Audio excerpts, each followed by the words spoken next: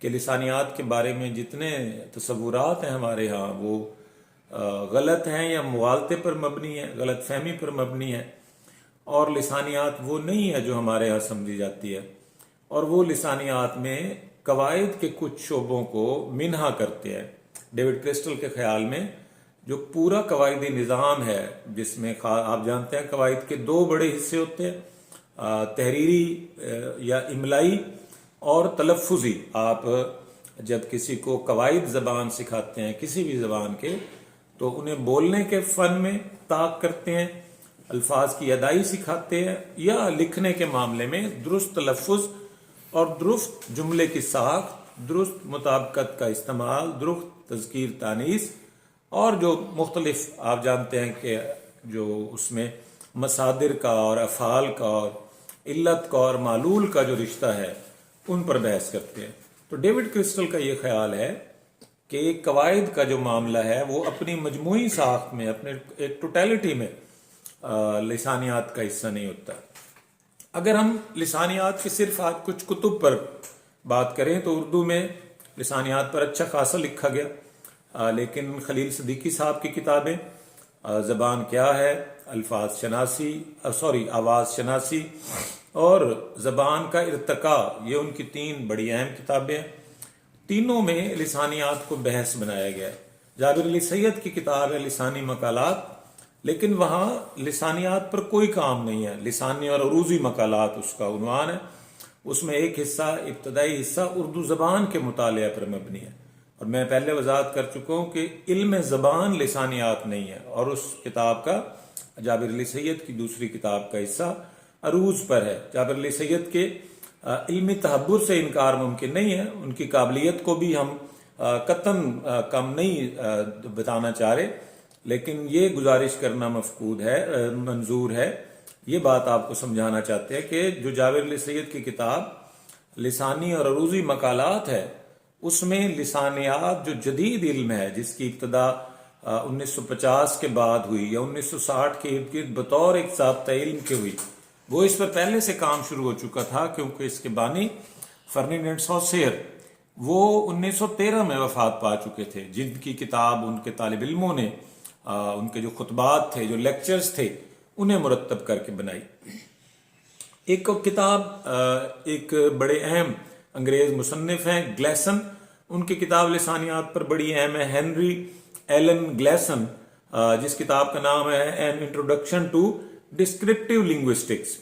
اب جیسے پہلے آپ کو بتایا کہ لسانیات در حقیقت ڈسکرپٹیو لنگوسٹکس کا علم ہے، ایسی زبان جو تشریحی زبان ہو، جو اپنے اندر کئی اس طرح کے امکانات رکھتی ہو، جیسے اس کی اصوات کا آپ مطالعہ کرتے ہیں، اس کی بولیوں کا آپ مطالعہ کرتے ہیں، اس کی مختلف جو پہلو ہیں معنیات کا آپ مطالعہ کرتے ہیں، رسمیات کا آپ مطالعہ کرتے ہیں، تکلم جو ہمارا حلقوم ہے، ہمارے لب ہیں، ہمارا گلا ہے، جغرافیے کی تبدیلی کے ساتھ، ملک اور زمین کی تبدیلی کے ساتھ، زبان اور اس کے تلفظ کی تبدیلی کے ساتھ، ہمارے گلے کے جو مختلف سائنسی اجزاء ہیں جو قدرت نے ہمیں عطا کیے ہیں، ان کی عملی صورتیں بدل جاتی ہیں، ان کو سائنسی لسانیات مطالعہ کرتی ہے۔ یہی وجہ ہے کہ جب آپ ایسی کتب دیکھتے ہیں تو ان میں باقاعدہ اشاریے بنے ہوں گے، تصاویر بنی ہوں گی، ایک طرح کا لیب ورک آپ کو دکھائی دے گا۔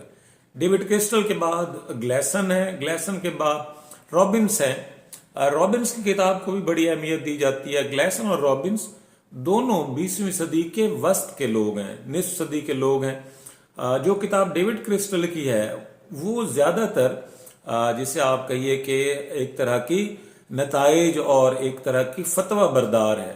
ڈیوڈ کرسٹل کے ہاں ایک طرح کا یہ زوم ہے کہ وہ لسانیات کو بہتر جانتے ہیں، طالب علمانہ انکسار ان کے ہاں نہیں پایا جاتا۔ اس کے برعکس گلیسن اور رابنس دونوں کے ہاں طالب علمانہ انکسار ہے، اور دونوں جو ہے وہ زبان کے کچھ مختلف حوالوں کو دیکھتے ہیں۔ ہاکٹ نے A Course in Modern Linguistics کے نام سے کتاب لکھی۔ ہاکٹ کا نقطہ نظر بھی یہ ہے کہ مواد اور اظہار، ان دو جو چیزیں ہیں، ان کی پرکھ کے لیے جو مطالعات سائنسی استدلال پر کیے جاتے ہیں انہیں لسانیات کا نام دیا جاتا ہے۔ اس کے بعد ہمارے پاس جان لائنز کی کتاب ہے، یہ بھی بہت اچھی کتاب ہے انگریزی میں، اور یہ بھی 20ویں صدی کے وسط کی کتاب ہے جس کا نام نیو ہاریزنز ان لنگوسٹکس رکھا گیا۔ اس کے علاوہ انسائکلوپیڈیاز ہیں۔ اس کے علاوہ ایک جو آج کل کتاب ہے، ایسے تو ڈیوڈ کرسٹل کی کتاب کے بھی 4 سے زائد ایڈیشن شائع ہو چکے ہیں، اور ایک وضاحت میں آپ کے ساتھ کرتا جاؤں کہ جب کسی کتاب کا ایڈیشن شائع ہوتا ہے تو اس کا مطلب ہے کہ مصنف نے پہلے والی کتاب میں کچھ اضافے کیے ہوں گے، کچھ تبدیلیاں کی ہوں گی، جو اس کے موقف نے ترقی یا تنزلی پائی ہوگی۔ ہم یہ دعویٰ نہیں کر سکتے کہ کوئی مصنف اپنے موقف میں مزید واضح ہوا ہوگا، این ممکن ہے وہ ابہام کا شکار ہو گیا ہو۔ تو 4 ایڈیشن شائع ہو چکے ہیں۔ اس کے علاوہ ایک اور اہم کتاب دا اسٹڈی آف لینگویج ہے، جو کہ ایک اسکاٹش امریکن ماہر لسانیات ہیں جنہیں جارج یول کہا جاتا ہے۔ جارج آپ جانتے ہیں، جو لوگ جرمن یہودی ہوتے ہیں تو وہ اپنے نام کے ساتھ عموماً جارج لگانا چاہتے ہیں، لیکن جارج یول اسکاٹش امریکن ہے، اور ان کا بیشتر کام لسانیات پر ہے، ان کی پی ایچ ڈی لسانیات پر ہے، اور یہ اپنے اسکاٹش امریکن یونیورسٹی کے ساتھ تا حیات وابستہ رہے۔ اس وقت لگ بھگ 76 برس ان کی عمر ہے، 75 برس، کیونکہ 1947 ان کا سال پیدائش ہے۔ اور ان کی جو کتاب ہے اسٹڈی آف لنگوسٹکس، اسے اس وقت پوری دنیا میں لسانیات کے اہم ماخذ کے طور پر پڑھایا جاتا ہے۔ لگ بھگ 300 صفحات کی اس کتاب میں عہد عتیق سے یا زمانہ قدیم سے زبانوں کے رسم الخط کو سامنے رکھ کر، زبانوں کے معنی کے نظام کو سامنے رکھ کر، زبانوں کی صوتیات کو سامنے رکھ کر، جو ڈارون کا نظریہ ارتقاء ہے اسپیشیز کے حوالے سے، جو حیوان ہے جنہوں نے بتدریج اس کائنات میں ترقی کی اور اپنے لیے نئی جو آشائیں ہیں، نئی جو دنیائیں ہیں وہ تراشی، تو وہاں سے ہی اپنی گفتگو آغاز کرتے ہیں۔ اور آپ جانتے ہیں کہ ہر جدید علم کی بنیاد میں مارکس، سگمنڈ فرائیڈ اور ڈارون کا پسینہ یا لہو شامل ہے۔ تو جارج یول کی جو کتاب ہے GEORGYULE یول کی جو کتاب ہے، اس سے بنیادی حیثیت ان دنوں حاصل ہے، دنیا بھر کی جامعات میں یہ پڑھائی جاتی ہے۔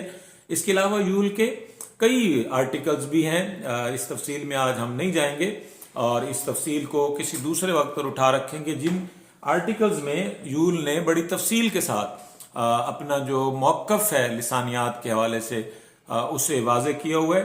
اگر لسانیات کی اس تعریف کی بنیاد پر جو ابھی ہم نے کی کہ لسانیات زبان کا سائنسی مطالعہ ہے، اگر اس کے کوئی 2 حصے بنائے جائیں تو جو ماہرین لسانیات ہیں وہ اس کو محض 2 حصوں میں تقسیم کرتے ہیں۔ ایک کو وہ تاریخی لسانیات کہتے ہیں، اور دوسرے کو وہ توضیحی لسانیات کہتے ہیں۔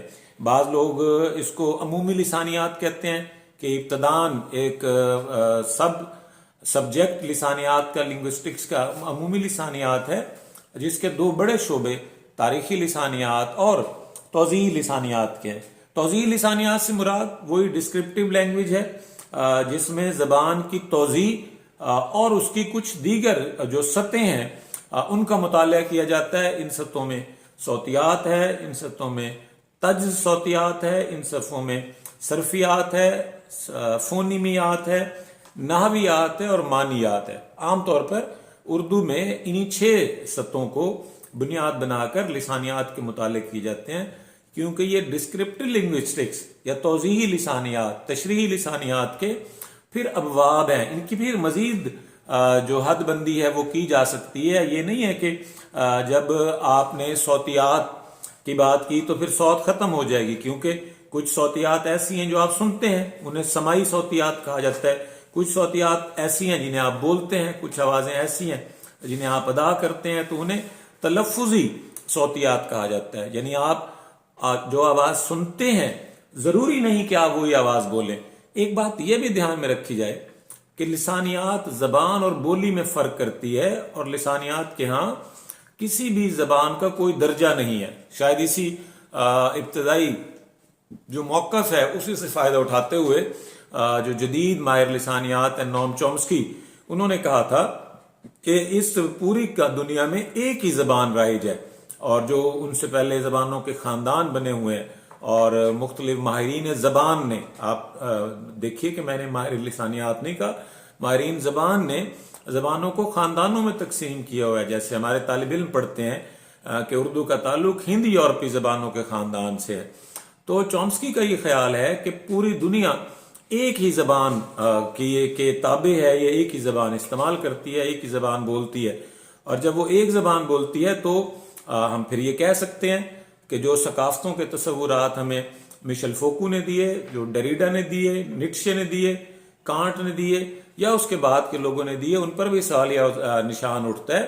تو مطلب یہ ہے کہ جو بنیادی ثقافت ہے انسان کی، یا جو اس کا بنیادی اخلاقیاتی نظام ہے جس سے ثقافت ترتیب پاتی ہے، وہ بھی ایک ہے.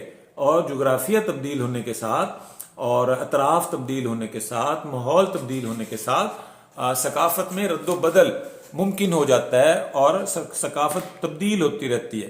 سماعی صوتیات اور تلفظی صوتیات کے بعد جو دوسرا حصہ ہے فونیمیات کا، جنہیں تج صوتیات بھی کہتے ہیں، اور آپ انہیں فونیٹکس بھی کسی حد تک سمجھ سکتے ہیں، فونیٹکس تو نہیں ہے، وہ ہیں ہوتے ہیں.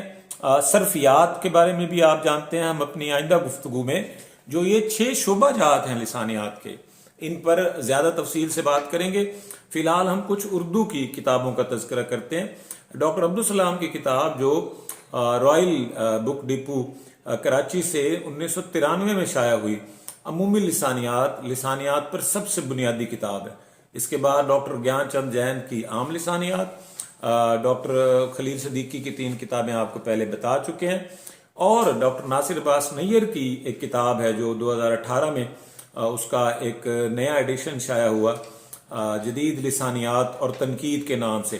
یہ کتاب ظاہر ہے کہ ایم فل اور پی ایچ ڈی کے جامعاتی جو نصابات ہیں اس کو سامنے رکھ کر مرتب کی گئی ہے. اس حساب سے ڈاکٹر صاحب نے اپنے مضامین کو جمع کیا ہے، لیکن ان میں جو سارے مباحث ہیں وہ لسانیات اور ساختیات کی جو ایک مکس، یا آپ سمجھیں کہ جو ملواں کیفیت ہے اس کے ساتھ ہیں.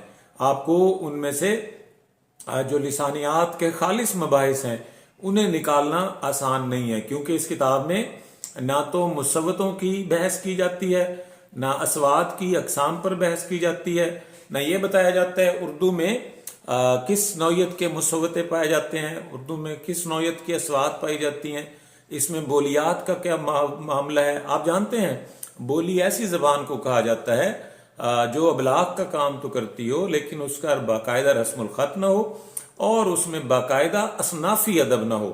عام طور پر ہمارے احباب یہ کہتے ہیں کہ بولی میں ادب نہیں ہوتا. میری رائے میں، ہماری رائے میں یہ غلط بات ہے، کیونکہ آپ جس بھی بولی کو بولتے ہیں، وہ براوی ہو، وہ سرائکی ہو، وہ تھلوچی ہو، وہ جھنگوی ہو، وہ کوئی بھی زبان ہو، اس میں فوک ادب کی ایک زرخیز روایت ہوتی ہے.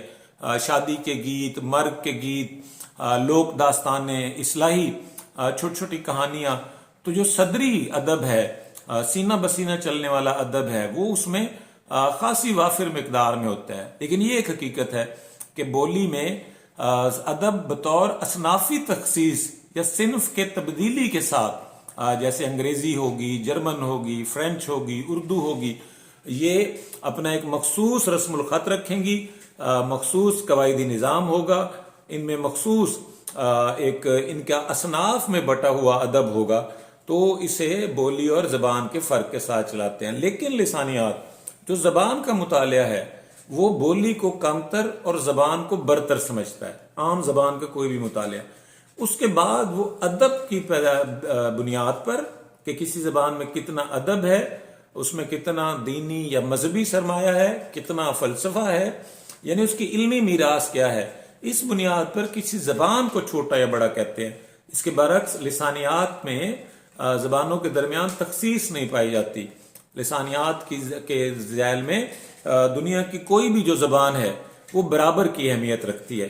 وقت بہت زیادہ ہو گیا ہے. ہم آئندہ گفتگو میں جو توضیحی اور تشریحی لسانیات ہے ان کے شعبہ جات کو کچھ تفصیل سے آپ کو سمجھائیں گے، اور بالخصوص اپنے طالب علموں کو ایک ہدایت کریں گے کہ اس گفتگو کو ایک سے زیادہ بار غور سے سنیں اور پھر خود سے لکھیں، تاکہ انہیں زبان کا علم اور لسانیات کے علم کے درمیان تفریق ممکن ہو سکے. آئندہ ویڈیو میں آئندہ گفتگو میں میں کچھ اردو کی کتابوں کی فہرست سمیت حاضر ہوں گا، کیونکہ اس وقت تو میرے پاس دستیاب نہیں ہے، اور ان فہرستوں میں آپ کو زبان کے مطالعات کرنے والی کتابیں جن کے اوپر لسانیات لکھا ہوگا. حال ہی میں کچھ وقت پہلے ڈاکٹر رؤف پاریکھ کی کتاب شائع ہوئی ہے جس کا ٹائٹل انہوں نے لسانیات سے مستعار کیا ہوا ہے، جبکہ وہ زبان کے مطالعات کی کتاب ہے جس سے طالب علموں کو خاصی گمراہی کا سامنا کرنا پڑتا ہے اور وہ علوم کے معاملے میں غلط فہمیوں کا شکار ہوتے ہیں.